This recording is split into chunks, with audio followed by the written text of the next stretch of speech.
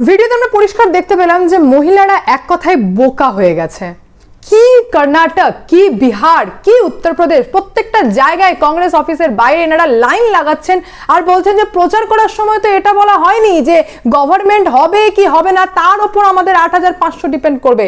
প্রচার তো এটা করা হয়েছিল যে আমাদেরকে ভোট দিন, অর্থাৎ কংগ্রেসকে ভোট দিন, খাটাখাট ৮৫০০ করে অ্যাকাউন্টে ঢুকবে। তো সেই টাকা কই?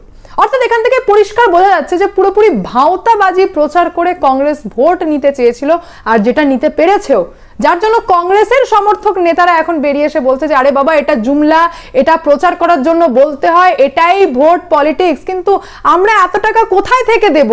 এত টাকা আমরা আনবো কোথায় থেকে? অর্থাৎ বুঝতে হবে, এ তো গেল আপনাদেরকে জানিয়ে দিলাম যে ভাওতাবাজির প্রচার। আমরা সেন্ট্রাল লেভেলে যদি একটু ভেবে দেখি তো পরিষ্কার বুঝতে পারবো যে যে গভর্নমেন্ট প্রচার করছে ভাওতাবাজি নিয়ে, যে এক একটা মহিলাকে নাকি ৮৫০০ টাকা করে